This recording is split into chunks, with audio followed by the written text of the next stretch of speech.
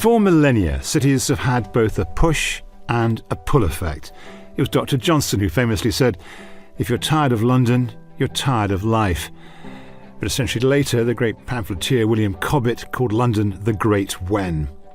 Our guest this week, Professor Greg Clark, focuses on all things pull. He is Mr. Cities. His main aim is to ensure that the cities of the future can be all that we want, sources of dynamism, while accommodating climate change. Few other social scientists can say they've worked with 300 cities, and Greg's immense experience has led him to chairing the Connected Places Catapult, the UK's innovation accelerator for cities.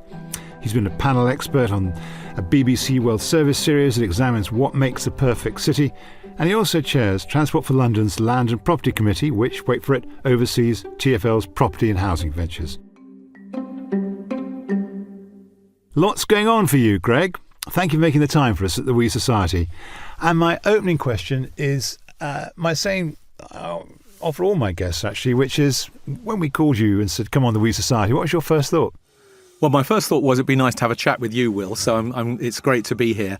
And my second thought was, well, actually, one of the things I like about the We Society, and also being a fellow of the Academy of Social Sciences, is that we get to do interdisciplinary work.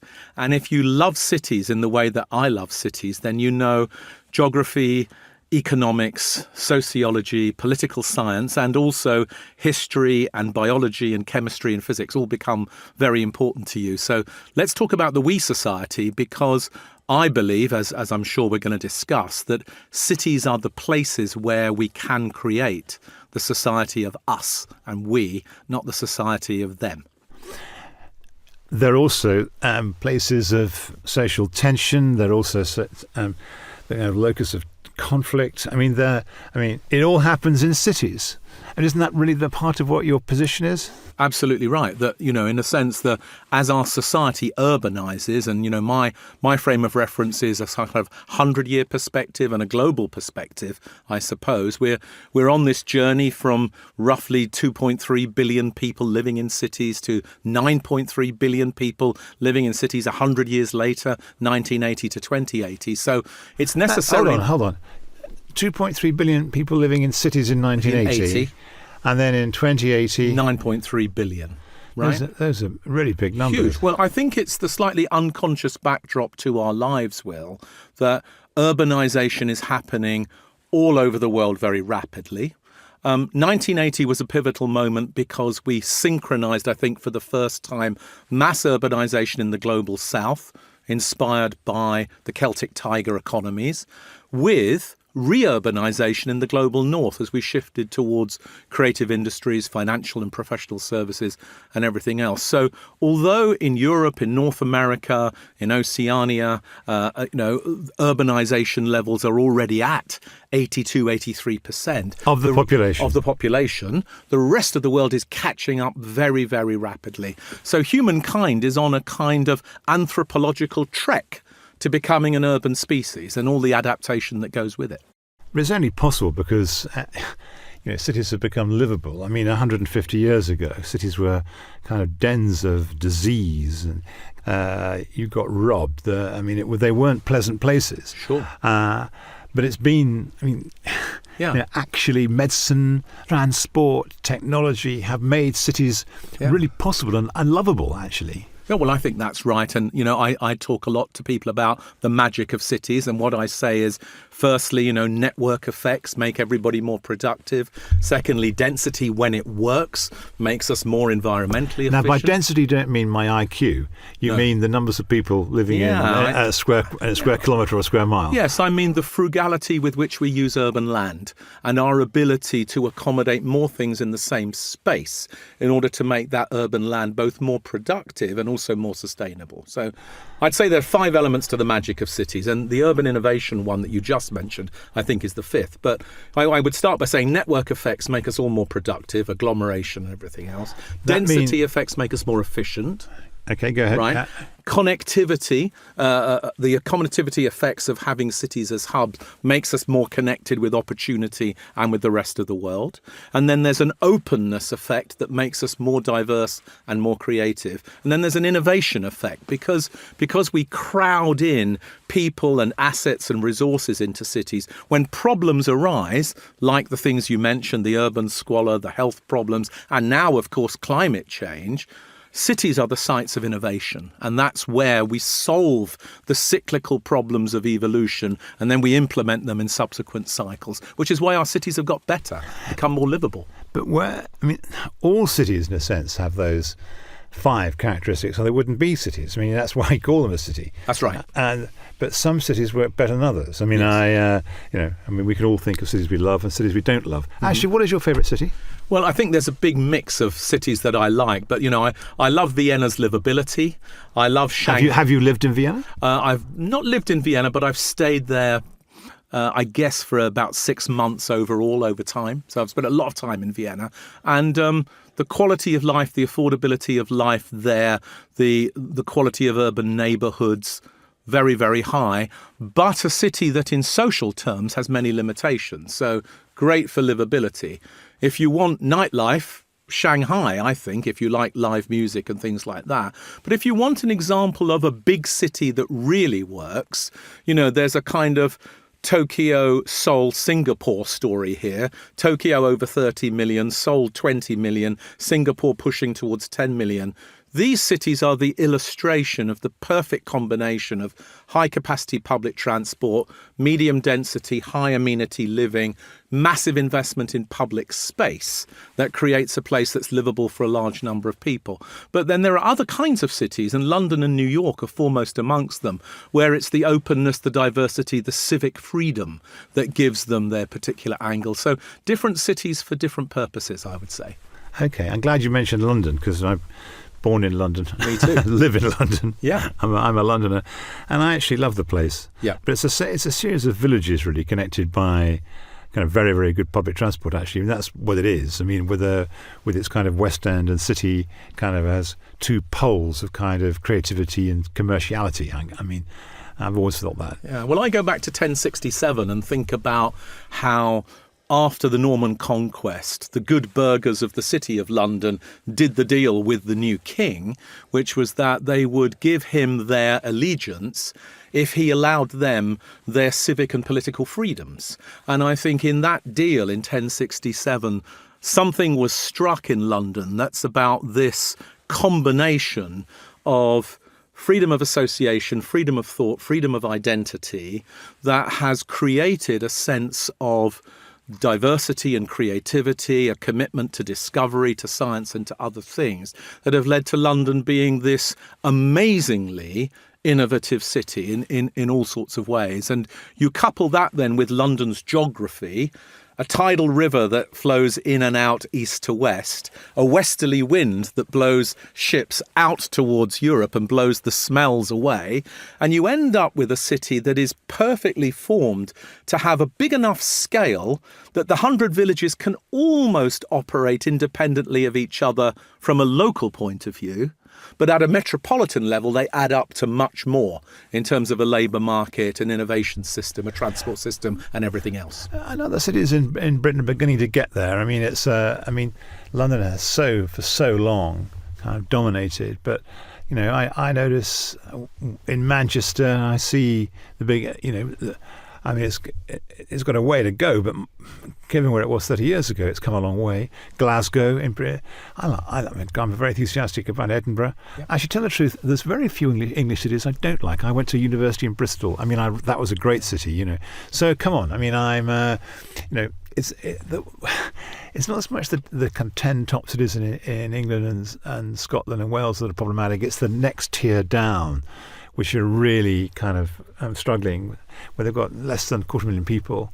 Yeah. And they're in a bit of trouble, aren't they? I think that's right, Will. Yes, I mean, I think there are 30 British cities that are doing well, actually, and I'm a fan of all of them. And you've listed several of them, but I would also add Birmingham and Leeds, and Liverpool's doing very well. Glasgow and Manchester, I think, are leaders, but I think Bristol and Cardiff are excellent cities too. So those cities are doing well if they've got a university, if they've got a diverse economy, if they've got an airport, it helps. Yep. If they've got a mainline railway station that links to one of the main routes, they tend to be doing well. If they're a smaller city or a town that was dependent on one industry or one kind of consumer base, for example, some of the coastal cities in the north, or they were one industrial town, they've had much more problems adjusting, and they've got locked into a very pernicious cycle, I think, of population loss, lower grade economic activity, and it's been hard for them to transition into a new kind of economy and a new kind of path. But one of, I think, the opportunities is to better connect all of these cities with one another. So a big problem has been the paucity of investment in our transport systems, and many of those smaller towns, I think, have a future, but they have a future being better connected to the larger cities around them that are doing well. That was one of the points, of course, in the Levelling Up white paper. I mean, leave aside one's politics.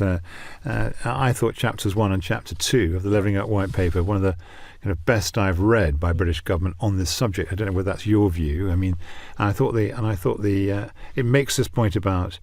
It makes two of your points actually. One, it makes this point about if you want to level up, you've got to get city dynamism, and the key to city dynamism in large parts of the North and the Midlands, and the precondition for it lies in better connectivity.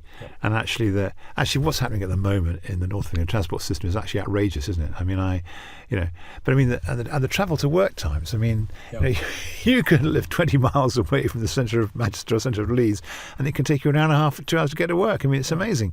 Well, I'm lucky enough to be on the board of Transport for London, as you mentioned, so I'm acutely aware of how London benefits from the transport system that it has. It's not without its problems, and by international comparators, there are still things we want to do to make TfL better. But I absolutely agree that the gulf in connectivity between what we have in London and the South East and what we have in the rest of the country is pernicious and cruel, actually. And I think it prevents what would be a much greater level of economic diversity and dynamism in those places, and much more of those scale effects that I talked about. Part of this magic is that connectivity produces scale effects, which means that the Manchester labour market effectively becomes 10 million people, not 1 million, or the Glasgow labour market becomes 3 million people, not 1 million.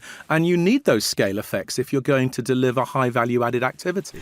Now here you are, we're I think 10, 15 minutes into this conversation, and you chair the, what's it called? The Connected Places Catapult. The Connected Places Catapult, not Yeah. the Connected Cities Catapult, the Connected Places Catapult. Yeah. Now, in that title, there's, I guess, a secret of what you're going to do. I mean, you're always going to accent connectivity. But, I mean, all this knowledge, all this work you've done around the world, and here we are as a national community facing a deep recession, and actually there being a degree of consensus across parties that actually urban recovering and accelerating urban dynamism is going to be a trigger to the kind of growth we need. And they look to you, Greg, and they say, come on, you chair the Connected Places Catapult, give us a hand. What are you going to say to them? Well, I'm going to say I think we know how to do three things that we didn't know how to do before, and it's partly because I think we've got some new tools. So let me just say something about the new tools. I think that if you look at this new cycle that we're entering now, and I think a lot in sort of 10, 15-year cycles, loosely correlated with business cycles, in this new cycle, the three new tools are, one, the exponential technologies that we both know a little bit about, that I think are changing the way we can orchestrate and integrate places with each other, whether it's digital twins or it's IoT or it's machine learning or it's all sorts of digital platforms. IoT is the Internet of Things. Yeah. Yes. Yeah. And I think we're moving towards an Internet of Cities, where, the bus can talk to the road and the road can talk to the office and the office can talk to the person who's coming to work and those sorts of things. So if you like, the real-time experience of the city augmented through digital technologies is becoming possible. So new technologies is one new source. Second big source, I think, is intentional capital. Now, sounds a funny thing to say, and of course, our financial system, particularly our private sector financial system, is suffering from all sorts of stresses. But one of the things that has happened in the last cycle is that simply big capital has become much more interested in urban assets, whether they're infrastructure, whether they're real estate, logistics, ports, airports, universities, student housing, all of that stuff. There's suddenly a much bigger private sector appetite for that, which creates an opportunity but also a challenge. And then the third one is what I would call the new art of place leadership, where I think starting with cities like Manchester and Glasgow, we've begun to see that city leaders in the UK have realised they're never going to have the formal powers of a German state city or the formal powers of a Singapore or a New York, but they have got some soft power. And the soft power is a convening power of bringing together partners to form alliances, to build things together. And you begin to see this with the universities, you begin to see it with the rail companies, with the NHS and others. So I think we've got these three new tools.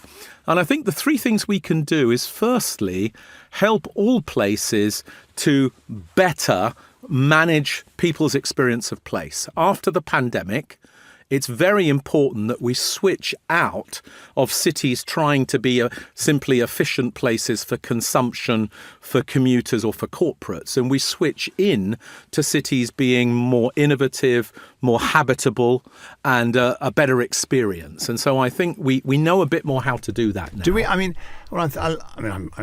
cheering you on, actually, Yeah. But I'm also thinking to myself, so much of the infrastructure in the UK and the residential infrastructure is kind of, Well, that's going to be my Second World War. I mean, people talk about retrofitting the housing stock to kind of promote energy efficiency savings and has to air source and ground source heat pumps and all. But actually, some of these houses are completely unconvertible. I mean, the expense of doing it is ridiculous.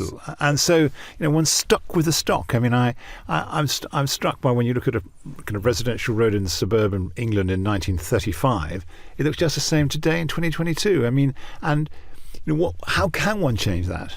Well, this was going to be my second point, so let's go for it. I think that we have now a move away from what we would call the old Treasury Green Book rules that made it almost impossible for us to justify the kind of investment we wanted to make in transport and retrofit and everything else, because it didn't make sense in narrow economic terms. Now, most of these investments make much more sense in social and environmental terms. They have many more multipliers, positive spillover effects. And I think that we're moving towards a much better framing of public investment, which I think will draw in private investment. So I think that's the second thing we can do differently this time. So the first one is about re-equipping our cities for the next cycle, not the last one, habitat, innovation, experience. Second one is new ways of investing. And I think the third thing we can do is rapidly accelerate our knowledge economy activities. It seems to me that, you've said this yourself, Will, that, one of the great endowments of British cities that is almost unique in the world is that every large British city, more or less, has an excellent university in it. Yeah. And our ability, therefore, to leverage R&D into new kinds of economic activity, I think, is critical to this cycle. So that's, in a sense, where the Catapult's at. Do you know the university that has the highest number of startups in the UK? I don't know where it is, but I wouldn't be surprised if it's in the West Midlands. It's Northumbria University. Northumbria, okay. And there you go. You just the scope, for these universities to get going and to kind of get the startups, the scale ups, and all. It's our secret weapon. Just a quick break in the conversation to talk to you very briefly about the organisation behind the We Society. The Academy of Social Sciences is a national body for academics, practitioners and learned societies in the social sciences. As the president of the Academy, I can tell you that we champion the vital role social sciences play in education, in government, in business. The list goes on. From listening to the podcast, you'll hear that social scientists are at the forefront of tackling the most pressing issues of our time, from the cost of living crisis to the war in Ukraine. In every public or private sector strategy room in London, Edinburgh, Cardiff or Belfast, you'll find a social scientist. You can find out more about the Academy of Social Sciences work, support us or read up on our fellows by going to the website acss.org.uk. That's acss.org.uk. You can follow us on Twitter at ACADSocSciences and tell us what we should be covering, who we should be speaking to, by emailing wesociety@acss.org.uk. Now, back to the conversation.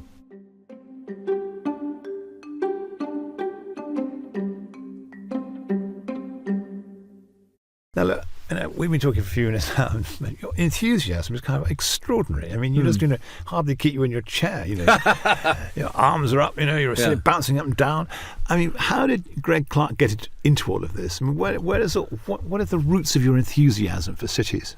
Well, I think on a very simple level, Will, I grew up in South London, and so did I. Yeah, and not in an attractive part. I grew well. I love Morden, where I grew up, and I went to school in Wimbledon, and I sort of got to know London, basically exploring it on the Underground. I fell in love with the London Underground system.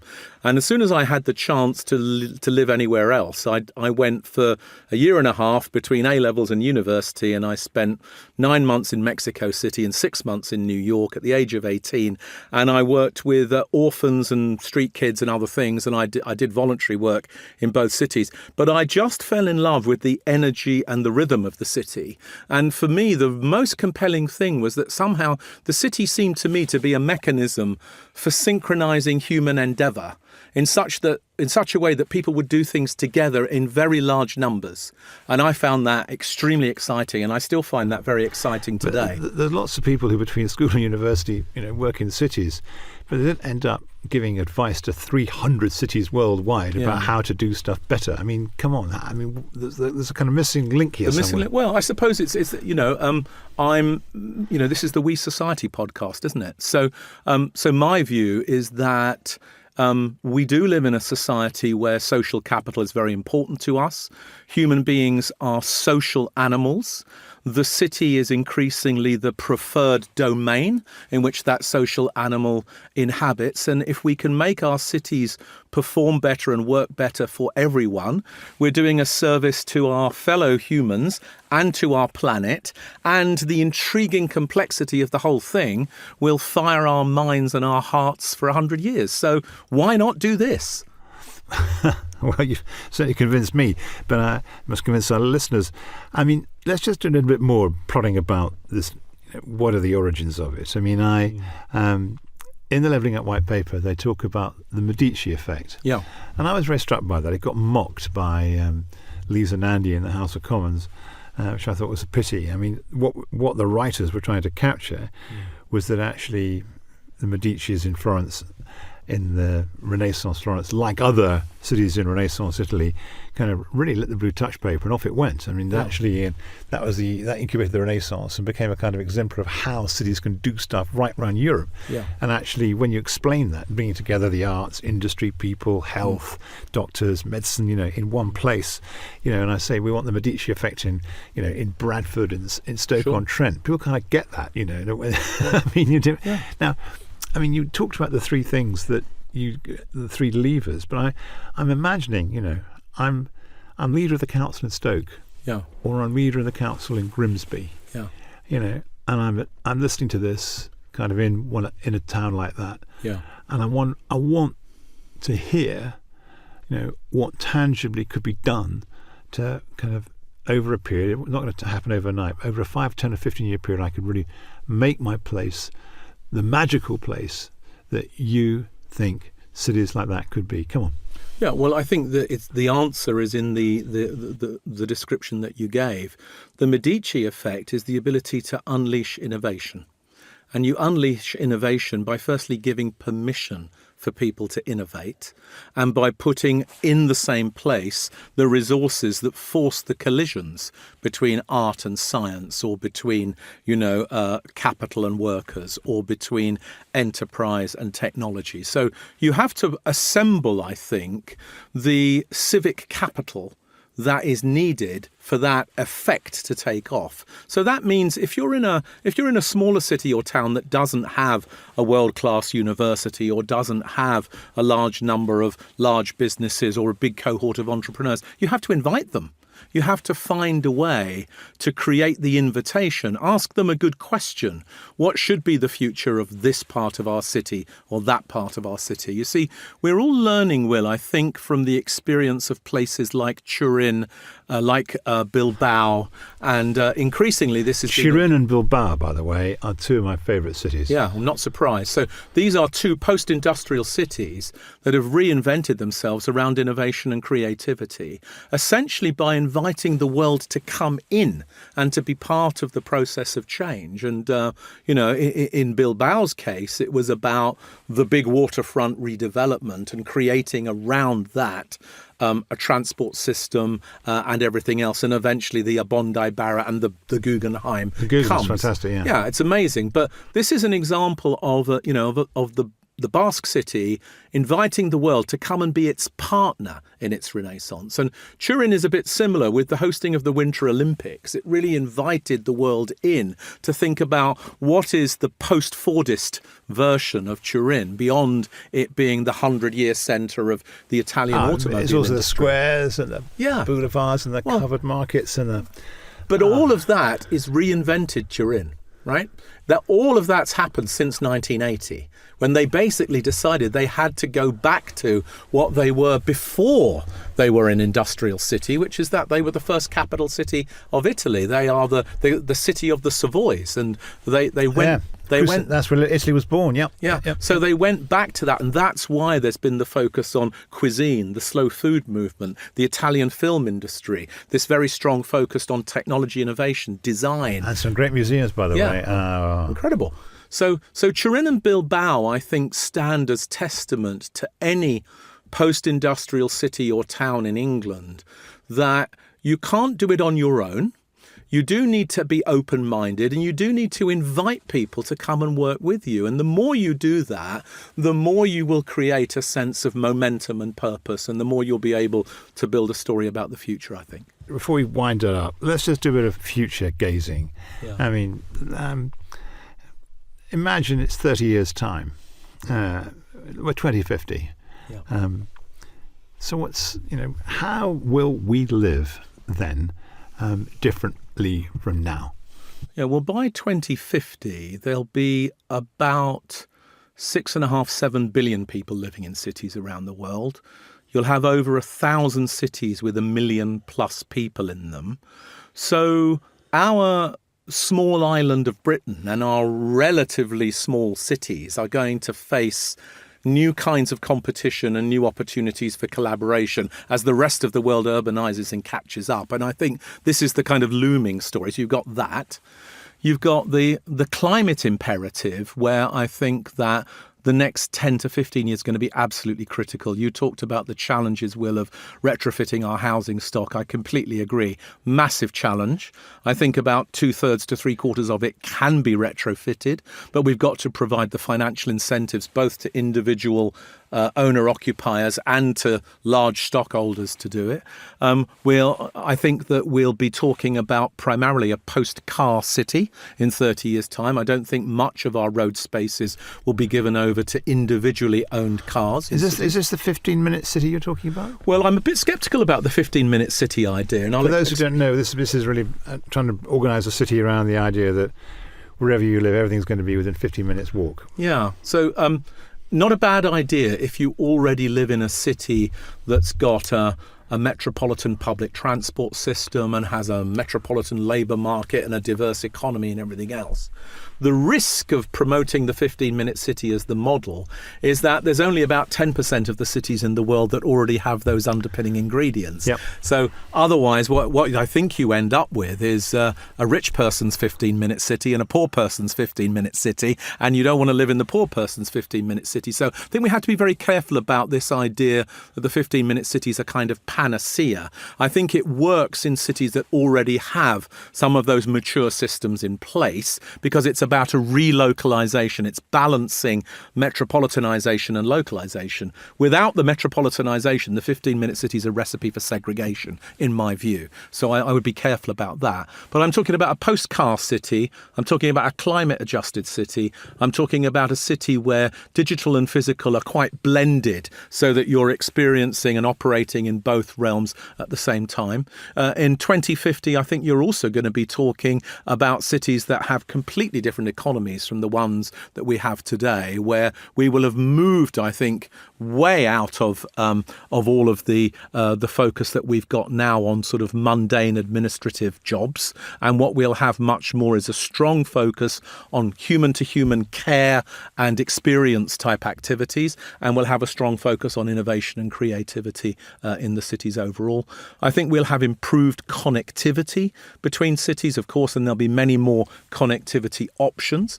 But, the big challenge is climate change in all of this. And, our cities are both the producers of emissions, the most obvious victims of climate change, but also the places where there's a chance for us to innovate in new human behaviours and new financial models. So cities turn out to be, I think, right at the front line of the climate change challenge. How can the people listening to this, help to make this happen? I mean, who should they vote for? How should they want to be governed? What should they look for from their politicians? I mean, how can they capture some of this? Yeah, well, I think that one way of putting this, Will, is to say that there's a big gap. There's a big gap between our expectations of what cities can do in terms of tackling climate change, building diverse economies, creating social mobility structures, and all of those things that we want of cities, and the way in which we empower urban governance structures, which is, extremely poor. The superstar cities that we know so well, the Singapores, the Tokyos, the New Yorks, the Hamburgs, these are the exceptions. The majority of the 1,700 cities that that are around today, or the 10,000 cities we're going to have in 2080, are going to be cities that are seriously underpowered institutionally. And this is the political science part of the whole conversation, where we have to build new models of urban governance. And in the United Kingdom, we've made a little bit of progress in that regard with the metro mayors, with the with the Greater London Authority, with the new transport authorities, with the combined authorities. We've begun some experiments, but we're way behind other places in the world. And when I was working for the OECD, I did a big comparison. That's the Organisation of Economic Cooperation and Development. Based in Paris, the Club of Rich Countries. That's what it's called. But we did a big comparison of urban governance across those countries. And the UK is in the bottom decile of, urban governance empowerment. So I think there's a lesson for us here that if you have high expectations of places, you need to equip them. Now, the good news for the UK is that our city leaders are good negotiators. They're very inventive. Our slightly chaotic urban governance system actually is quite innovative. But the challenge is that we have to turn these cycles of innovation into more authority. And the key issue here is tax and spend, right? The ability of our cities to raise capital, to invest in the infrastructure that they need. And at some point over the next 30 years, we're going to have some breakthroughs there. But it's a perniciously difficult issue, I would say. And we have to solve it. Greg Clark, thank you very much. I think it's been a remarkable and the energetic and energising half an hour. It's been a Cook's tour of the world's cities, from the livability of Vienna to the admirable way Turin has reinvented itself, to looking at the big English cities and Scottish cities and how well they are doing. Or in the main, I was not aware that actually London's kind of secret lay in the compact between William the Conqueror and the burghers of London in 1067. That was interesting. You've been full of enthusiasm, putting together kind of what we've called the Medici effect, the DNA of great cities, and then the abiding kind of message from you that I take away is that these densely populated areas bring together the best of humanity. Get the structures right, and you will get kind of energy and creativity, science, art, and health. But we have to get the structures right. And actually, in Britain, one of the structures we have to get right is how they're damn well governed. Yeah. And that's how we finished. But thank you so much for a very, very entertaining and interesting kind of half an hour, 35 minutes. Fantastic. Thank you, Greg Clark. Thank you very much, Will. Thank you so much for joining in the conversation. The We Society is brought to you by the Academy of Social Sciences, acss.org.uk. I'm Will Hutton, The producer is Emily Finch, and it's a Whistledown production. If you haven't already, please subscribe to the podcast, leave a comment, share with your colleagues and friends, or send us an email and tell us what we should be asking and who we should talk to. The How To Academy podcast is a bi-weekly show from London's home of big thinking. They invite the world's most exciting leaders, scholars and entrepreneurs to share their ideas for transforming our lives and the world. Previous guests include Bill Clinton, Isabel Allende, Malcolm Gladwell, Neil deGrasse Tyson, Simon Sinek, Madeleine Albright, Jane Goodall, Eric Schmidt, Melinda Gates, Noam Chomsky and many, many more. Available wherever you get your podcasts.